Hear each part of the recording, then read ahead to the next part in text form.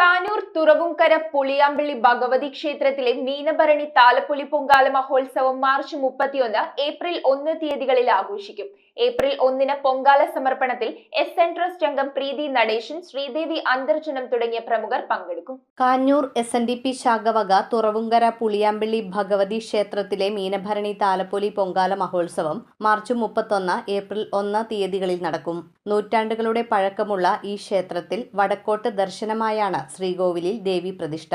ദേവിക്ക് അഭിമുഖമായി നാഗപ്രതിഷ്ഠ ഈ ക്ഷേത്രത്തിലെ മാത്രം പ്രത്യേകതയാണ്. മാർച്ച് 31 വിശേഷാൽ ദീപാരാധന, തുടർന്ന് നാട്ടരങ്ങ്. ഏപ്രിൽ 1 രാവിലെ ക്ഷേത്ര ചടങ്ങുകൾക്ക് ശേഷം പൊങ്കാല സമർപ്പണം, ദേവിയുടെ പിറന്നാൾ സദ്യ എഴുന്നള്ളിപ്പ്, താലപ്പൊലി ഘോഷയാത്ര, കളമെഴുത്തും പാട്ടും, മഹാ അന്നദാനം, നൃത്തശില്പം, മുടിയേറ്റ് എന്നിവ നടക്കും. ക്ഷേത്രം മേൽശാന്തി സാബുശാന്തി, സനീഷ് ശാന്തി, യദു, കാഞ്ഞൂർ ശാഖാ president Pradeep Vellayikudam, vice president Sudheesh Kumar, ശാഖാ സെക്രട്ടറി രാജൻ മാതമ്പറമ്പിൽ, കമ്മിറ്റി അംഗങ്ങളായ പുഷ്പൻ തലശ്ശേരി, ER ചന്ദ്രൻ, ബാബു ചാരാമ്പിള്ളി തുടങ്ങിയവർ വാർത്താസമ്മേളനത്തിൽ പങ്കെടുത്തു. തന്റെ ഭക്തനായ നമ്പൂരിയച്ഛന് ഒരു നാൾ രാജാവിൽ നിന്നും ഒരു പരീക്ഷണം നേരിട്ടപ്പോൾ കർക്കിടത്തിലെ കറുത്ത വാവുനാൾ ദേവിയുടെ കമലകുണ്ടലം ഉയർത്തി നിലാവ് തെളിയിച്ച അമ്മയാണ് ശ്രീ പുളിയാമ്പള്ളി ഭഗവതി ദേവി. നൂറ്റാണ്ടുകളുടെ പഴക്കമുള്ള ഈ ക്ഷേത്രത്തിൽ വടക്കോട്ട് ദർശനമായി ശ്രീകോവിലാണ് ദേവി പ്രതിഷ്ഠയുള്ള കേരളത്തിലെ മഹാക്ഷേത്രങ്ങളിൽ ഒന്നാണ് ഈ ക്ഷേത്രം. ദേവിക്ക് അഭിമുഖമായി നാഗപ്രതിഷ്ഠ ഈ ക്ഷേത്രത്തിലെ മാത്രം പ്രത്യേകതയാണ്.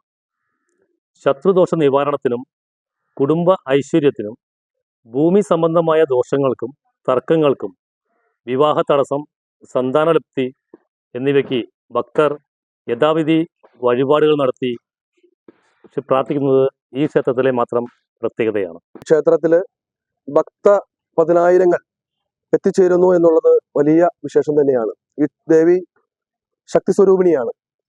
ഈ ദേവിയുടെ മുന്നിൽ പ്രാർത്ഥിച്ച പ്രാർത്ഥനകളൊന്നും ഫലം ഇല്ലാതെ പോയിട്ടില്ല എന്നുള്ളതാണ് ഇവിടുത്തെ ഭക്തർ പറഞ്ഞു വരുന്നത്.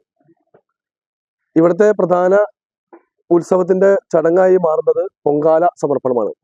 ഈ പൊങ്കാല സമർപ്പണം നമ്മുടെ ക്ഷേത്രത്തിൽ നടക്കുമ്പോൾ ഒരു കാര്യത്തിൽ പ്രത്യേകത പറയാനുള്ളത്, ക്ഷേത്രത്തിലെ ആചാര്യന്മാർ ദേവിക്ക് എല്ലാ ദിവസവും നേദ്യം വെക്കുമ്പോൾ വർഷത്തിൽ ഒരു നാൾ ദേവിക്ക് ഭക്തർക്ക് നേദ്യം കൊടുക്കാൻ കഴിയുന്ന ഒരു ചടങ്ങാണ് പൊങ്കാല.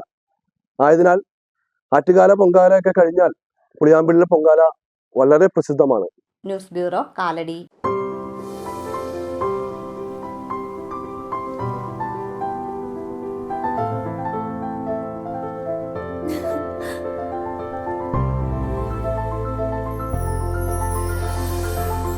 കളങ്കമില്ലാത്ത സൗഹൃദം പോലെ കലർപ്പില്ലാത്ത വിശ്വാസം. കല്ലൻസ് ജ്വല്ലറി.